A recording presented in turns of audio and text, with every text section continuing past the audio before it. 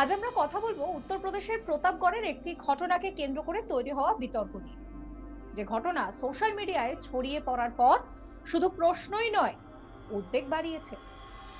উত্তরপ্রদেশের প্রতাপগড়ে সাম্প্রতিক কয়েকদিনে এক অস্বস্তিকর পরিস্থিতি চোখে পড়েছে। ভিডিওতে দেখা যায় উঁচু একটি লোহার কাঠামোর ওপর একাধিক লাউডস্পিকার বসানো, সেখান থেকে ধর্মীয় স্রোত ভেসে আসছে।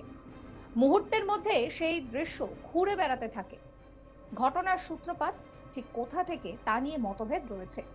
কিছু পোস্টে দাবি করা হয়েছে কাছাকাছি একটি মসজিদে আজানের শব্দমাত্রা কমানোর অনুরোধ মানা হয়নি, সেই ক্ষোভ থেকেই নাকি পাল্টা প্রতিক্রিয়া হিসেবে লাউড স্পিকার বসানো হয়েছে। তবে এই দাবির পক্ষে এখনো পর্যন্ত লিখিত প্রশাসনিক কোনো নথি বা পুলিশের বক্তব্য সামনে আসেনি। দেখুন,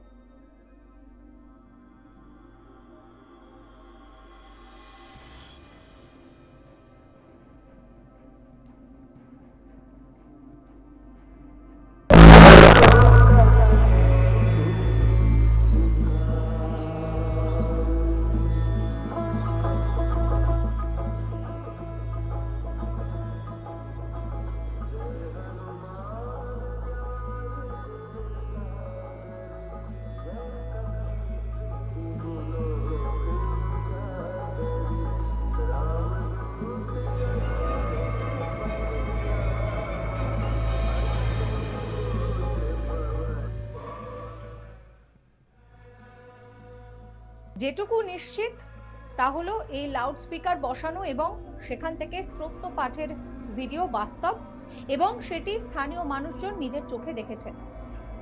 আঞ্চলিক সংবাদ মাধ্যমেও ভিডিওর কথা উল্লেখ করা হয়েছে, কিন্তু ঘটনার পিছনে পুরো প্রেক্ষাপট নিয়ে এখনো প্রশ্ন রয়েছে। স্থানীয় বাসিন্দাদের একাংশ বলছে শব্দ দূষণ নিয়ে তাদের আগেও অসুবিধে ছিল। সকাল সন্ধ্যায় অতিরিক্ত শব্দে বয়স্ক মানুষ, শিশু, অসুস্থদের কষ্ট হয়, এই কথা তাদের বহুবার বলা হয়েছে। আবার অন্য একদল মানুষের বক্তব্য যে ধর্মীয় আচরণ পালনের স্বাধীনতাকেও সম্মান করা দরকার। এই দুয়ের অনুভূতির মাঝেই আটকে রয়েছে আসল সমাধান।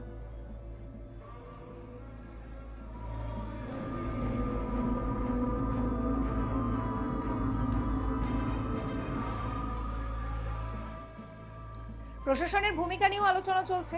আইন অনুযায়ী নির্দিষ্ট মাত্রায় বেশি শব্দ ব্যবহার করা যায় না, সেই ধর্মীয় অনুষ্ঠানই হোক আর অন্য কিছু।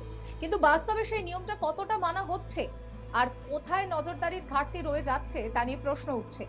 এখনো পর্যন্ত কোনো কড়া পদক্ষেপ বা স্পষ্ট নির্দেশিকা প্রকাশ্যে আসেনি।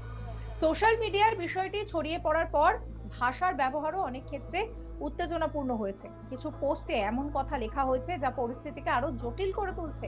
অথচ বাস্তবটা হলো স্থানীয় স্তরের সমস্যার সমাধান না হলে বাইরের মন্তব্য পরিস্থিতিকে সহজ করে না, বরং চাপ বাড়ায়। অনেকে মনে করছেন যে এই দেশ বহু মত, বহু বিশ্বাসের পাশাপাশি বসবাস করতে হলে সংযম আর পারস্পরিক সম্মান সবচেয়ে বড় ভরসা। শব্দের জেরে নয়, কথাবার্তায় টেবিলে বসেই সমস্যার সমাধান খুঁজে বের করা দরকার। এই ঘটনার সঙ্গে জড়িত থাকা মানুষরাও সবাই একরকম নন। কেউ আবেগে কথা বলছেন, কেউ শান্তভাবে সমাধান চাইছেন।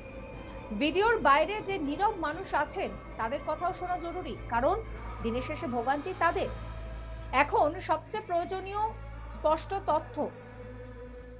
কোনো আবেদন করা হয়েছিল কি, কার কাছে হয়েছিল, তার জবাব কি ছিল, এই প্রশ্নগুলো নির্ভরযোগ্য উত্তর না পাওয়া পর্যন্ত চূড়ান্ত সিদ্ধান্তে পৌঁছানো ঠিক নয়। যাচাই ছাড়া খবর বিভ্রান্তি বাড়ায়, সমাধান নয়।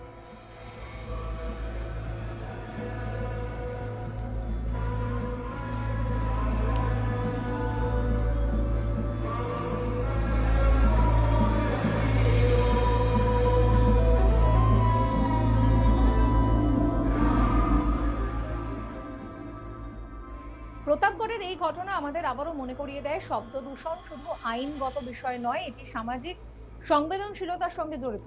একে অপরের অসুবিধা বোঝা, কথা শোনা আর নিয়ম মেনে চলাই শান্তিপূর্ণ সহাবস্থান। শেষ পর্যন্ত আশা একটাই, প্রশাসন, স্থানীয় মানুষ এবং সব পক্ষ আলোচনার মাধ্যমে এমন একটি সমাধানে পৌঁছবেন যাতে কারো বিশ্বাসে আঘাত না লাগে, আবার দৈনন্দিন জীবনও অতিষ্ঠ না হয়। পরিস্থিতি শান্ত হোক, সেটাই প্রার্থনা।